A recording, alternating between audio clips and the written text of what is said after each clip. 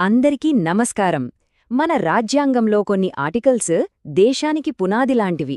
వాటిలో చాలా ముఖ్యమైనది ఆర్టికల్ 124. అసలు మన సుప్రీంకోర్టు ఎలా ఏర్పడింది? దాని నిర్మాణమేంటి? దాని స్వాతంత్ర్యాన్ని కాపాడేదేంటి? ఈ ప్రశ్నలన్నింటికీ సమాధానం ఈ ఆర్టికల్లోనే ఉంది. పదండి, దీని వెనుకున్న కథేంటో లోతుగా చూద్దాం. అవును, నిజమే. సామాన్యుడి దగ్గర్నుంచి దేశంలో అత్యున్నత స్థాయిలో ఉన్నవాళ్ల వరకు అందరికీ చివరి ఆశ, చివరి మాట మన సుప్రీంకోర్టు. మరి అంతటి ముఖ్యమైన వ్యవస్థ పునాదులు ఎంత పటిష్టంగా ఉండాలి ఒక్కసారి ఆలోచించండి. ఆ కోర్టు కూడా ఎవరికి నచ్చినటి వాళ్లు నడిపిస్తే మన దేశం పరిస్థితేంటి? కరెక్ట్. ఇదే అసలైన ప్రశ్న. ఆ కోర్టు ఎలా ఏర్పడుతుంది? జడ్జిలని ఎవరు నియమిస్తారు? ఒకవేళ అవసరమైతే వారిని ఎలా తొలగిస్తారు?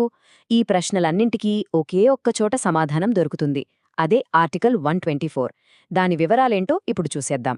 సరే, ముందుగా ఈ కోర్టు బేసిక్ స్ట్రక్చర్ ఏంటో చూద్దాం. అంటే జడ్జిలను ఎలా అపాయింట్ చేస్తారు, వాళ్ళు ఎంతకాలం పదవిలో ఉంటారు, ఈ విషయాలు తెలుసుకుందాం.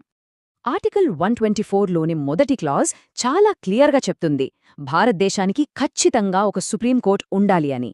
దానికి ఒక చీఫ్ జస్టిస్ ఆఫ్ ఇండియా అంటే మన సీజేఐ, ఇంకా పార్లమెంట్ చట్టం ద్వారా ఎంతమంది అవసరమో అంతమంది ఇతర జడ్జిలుంటారు.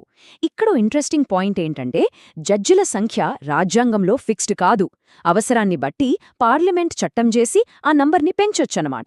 ఇక నియామకం విషయానికొస్తే సుప్రీంకోర్టు జడ్జీలను మన రాష్ట్రపతి నియమిస్తారు. అయితే ఇది ఆయన ఇష్టప్రకారం తీసుకునే నిర్ణయం కాదు.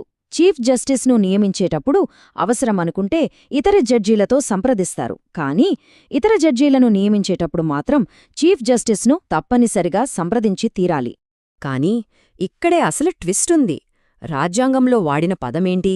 సంప్రదించి, అంటే కన్సల్టేషన్. కాని కాలక్రమేణా సుప్రీంకోర్టు ఇచ్చిన తీర్పుల వల్ల ఈ పదం అర్థమే మారిపోయింది. ఆచరణలో ఇప్పుడు నడుస్తున్నది కొలీజియం వ్యవస్థ. అంటే సీజేఐ ఇంకా నలుగురు సీనియర్ మోస్ట్ జడ్జిలు కలిసి ఒక పేరును సిఫార్సు చేస్తారు. దాదాపుగా అదే ఫైనల్.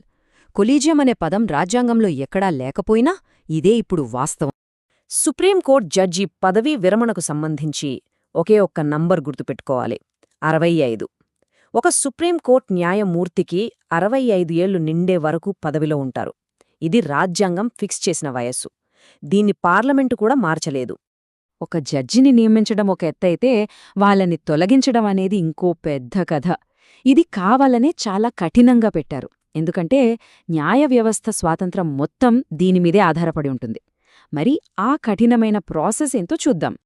ఒక సుప్రీంకోర్టు జడ్జిని పదవి నుంచి తీసేయడం అనేది అస్సలు మామూలు విషయం కాదు. దాదాపు అసాధ్యం. దీనికి అభిశంసన లేదా ఇంపీచ్మెంట్ అనే ఒక పెద్ద ప్రాసెస్ ఉంది. ఫస్ట్ పార్లమెంట్లో ఒక తీర్మానం పెట్టాలి. ఆ తర్వాత ఆ జడ్జిపై పెట్టిన ఆరోపణలు, అంటే దుష్ప్రవర్తనగాని అసమర్థతగాని విచారణలో ప్రూవ్ అవ్వాలి. ఆ తర్వాత పార్లమెంట్లోని 2 సభలు ప్రత్యేక మెజారిటీతో ఆ తీర్మానాన్ని పాస్ చేయాలి. ఇవన్నీ జరిగితేనే అప్పుడు రాష్ట్రపతి వారిని తొలగిస్తూ ఆర్డరిస్తారు. మరి ఈ ప్రత్యేక మెజారిటీ అంటే ఏంటి? ఇది సింపుల్ మెజారిటీ కాదు. దీనికి 2 కండిషన్స్ ఒకేసారి ఫుల్ఫిల్ అవ్వాలి. ఒకటి, సభలోని మొత్తం సభ్యుల్లో సగానికి పైగా సపోర్ట్ చేయాలి. రెండోది, ఆ రోజు ఓటింగ్లో పాల్గొన్నవాళ్లలో 3/2 మంది అనుకూలంగా ఓటు వేయాలి. ఈ 2 ఒకేసారి జరగడం చాలా చాలా కష్టం.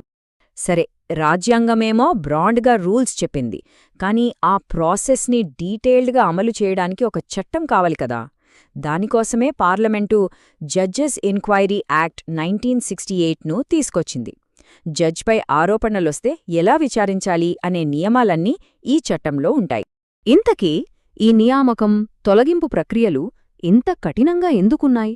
దీని వెనక ఉన్న అసలు కారణమేంటి? ఈ ప్రశ్న మనల్ని న్యాయ వ్యవస్థ స్వాతంత్ర్యం అనే చాలా కీలకమైన కాన్సెప్ట్ దగ్గరికి తీసుకెళ్తుంది. మన చరిత్ర చూస్తే ఈ జ్యుడిషియల్ ఇండిపెండెన్స్ కోసం ఎప్పుడూ ఒక పోరాటం జరుగుతూనే ఉంది. 1976లో 42వ సవరణతో ప్రభుత్వం తన పవర్ పెంచుకోవాలని చూసింది. వెంటనే 44వ సవరణతో దాన్ని సరిచేశారు. ఈ మధ్యే 2014లో కొలీజియంను తీసేసి ఎన్జేఏసీ అనే కొత్త వ్యవస్థను తీసుకురావాలని చూశారు. కానీ 2015లో సుప్రీంకోర్టు ఆ చట్టాన్ని కొట్టేసింది. ఎందుకంటే న్యాయ స్వాతంత్ర్యం అనేది రాజ్యాంగం మౌలిక స్వరూపంలో భాగమని తేల్చి చెప్పింది. సో సింపుల్గా చెప్పాలంటే ఈ ప్రాసెస్ ఇంత కఠినంగా ఉండటానికి 3 ముఖ్య కారణాలున్నాయి. 1, జడ్జిల మీద పొలిటికల్ ప్రెజర్ పడకూడదు.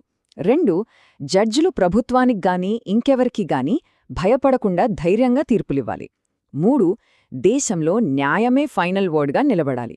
దీనికోసమే రాజ్యాంగం ఇంత బలమైన రక్షణ కవచాన్ని ఏర్పాటుచేసింది. సో ఫైనల్గా చూస్తే ఆర్టికల్ 124 అనేది కేవలం కొన్ని రూల్స్ సమాహారం కాదు. అది మన ప్రజాస్వామ్యానికి కాపలా కాసే న్యాయ వ్యవస్థ కథ. ఈ ఒక్క వాక్యం మొత్తం విషయాన్ని చెప్పేస్తుంది. మన రాజ్యాంగానికి కాపలా సుప్రీంకోర్టు. మరి ఆ సుప్రీంకోర్టుకే కాపలా మళ్ళీ మన రాజ్యాంగమే. ఏ ఒక్క వ్యక్తి లేదా ప్రభుత్వం చేతిలో ఆ అధికారం లేదు. అదే ఆర్టికల్ 124 యొక్క అసలైన బలం. అయితే అసలు ప్రశ్న ఏంటంటే, ఈరోజు మనం చూసిన ఈ రాజ్యాంగపు కోట నిజంగా ఎంత బలంగా ఉంది? కాలపరీక్షకు, రాజకీయ ఒత్తిళ్లకు ఇది ఎంతవరకు నిలబడగలుగుతుంది? ఈ ప్రశ్నతోనే మిమ్మల్ని వదిలేస్తున్నాను. ఆలోచించండి.